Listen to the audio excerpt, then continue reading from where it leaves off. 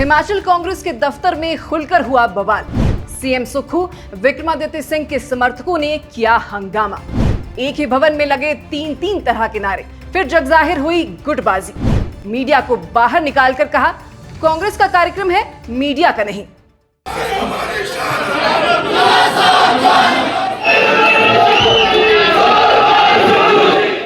Congress party को सत्ता में आए 3 साल पूरे होने वाले हैं, लेकिन अफसोस केवल इस बात का है कि हिमाचल प्रदेश कांग्रेस की अंदरूनी खींचतान को अभी तक खत्म नहीं किया जा सका है। आज शिमला स्थित कांग्रेस पार्टी के प्रदेश मुख्यालय राजीव भवन में जब वोट चोर गद्दी छोड़ कार्यक्रम आयोजित किया गया, तो वहां का नजारा पार्टी एकता से ज्यादा गुटबाजी का मंच बनकर रह गया।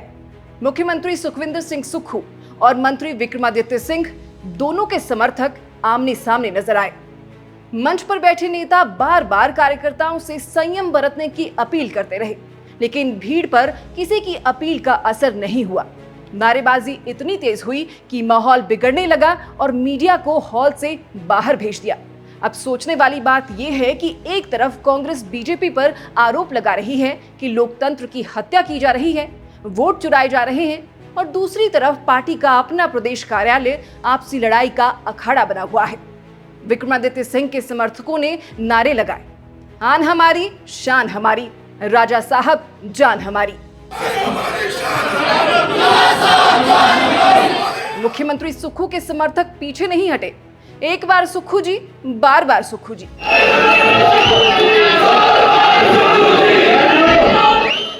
और जब दोनों तरफ के नारे थमने का नाम नहीं ले रहे थे, तो मंच पर बैठे नेताओं ने बीच का रास्ता निकालने के लिए पार्टी आला कमान के नाम के नारे बुलवाए। कांग्रेस पार्टी जिंदाबाद, राहुल गांधी जिंदाबाद, मल्लिकार्जुन खड़गे जिंदाबाद।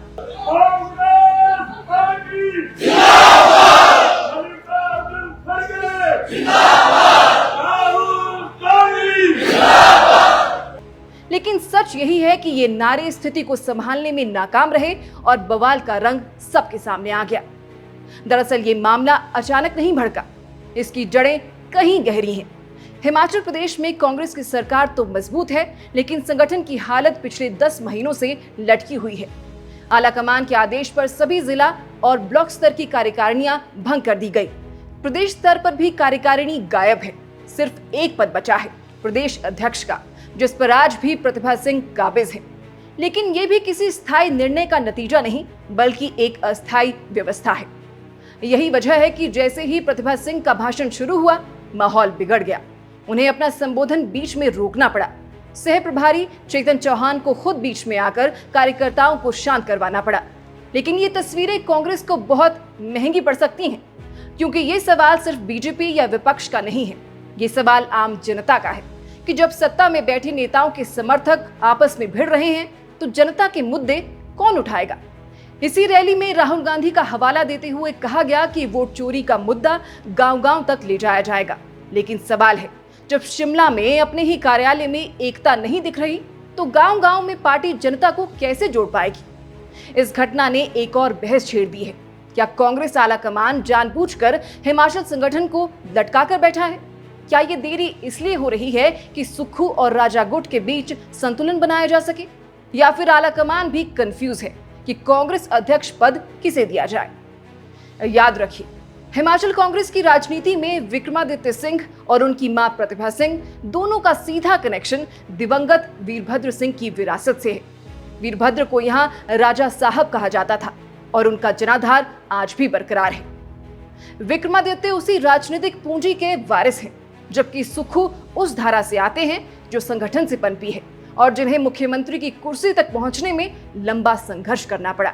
अब जब ये दोनों धाराएं टकराती हैं, तो नतीजा यही निकलता है, कांग्रेस मुख्यालय में नारेबाजी।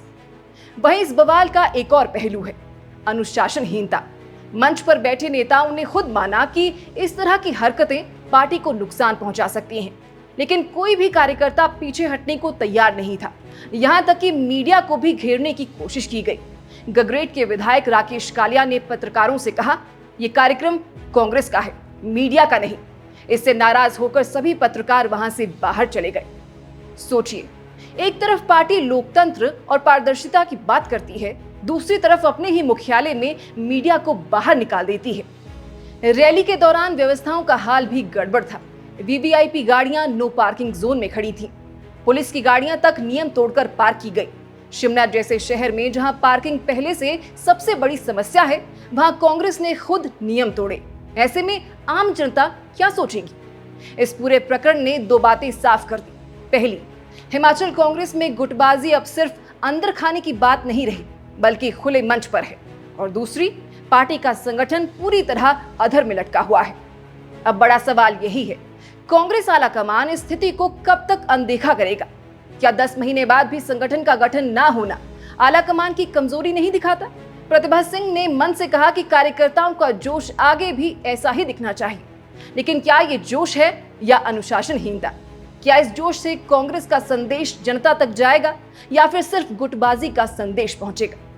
मुख्यमंत्री सुक्खू की चुनौती और बढ़ गई है, क्योंकि अब विपक्ष को ज्यादा मेहनत करने की जरूरत नहीं। जब सत्ताधारी पार्टी खुद अपने घर में बंट रही हो, तो विपक्ष को बस चुपचाप तमाशा देखना है। दूसरी ओर विक्रमादित्य सिंह और उनके समर्थक ये दिखाना चाहते हैं कि उनकी ताकत अभी भी कम नहीं हुई है, लेकिन राजनीति का गणित इतना आसान नहीं होता।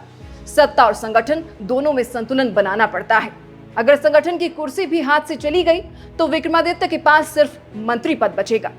यही वजह है कि कांग्रेस कार्यालय में जो बवाल हुआ, वो सिर्फ नारेबाजी नहीं थी, बल्कि आने वाले समय की बड़ी तस्वीर थी। हिमाचल कांग्रेस किस दिशा में जाएगी, ये आलाकमान की अगली चाल तय करेगी। लेकिन जनता का सवाल आज भी वही है। जब मुख्यमंत्री और मंत्री के समर्थक आपस में भिड़ रहे हैं, तो जनता के मसले कौन सुलझाएगा? जब संगठन ही भटकेगा, तो सरकार कैसे चलेगी? और जब पार्टी कार्यालय ही अखाड़ा बन जाए, तो हिमाचल कांग्रेस जनता को क्या संदेश दे रही है? बाकी इस पूरे विषय पर आप दर्शकों की क्या राय है, हमें कमेंट बॉक्स में जरूर बताइएगा। और हिमाचल के सियासत से जुड़े इस तरह के विश्लेषण सुनते रहने के लिए सब्सक्राइब कीजिएगा हमारे YouTube चैनल को। बाकी फिलहाल के लिए इस खबर में बस इतना ही। नमस्कार।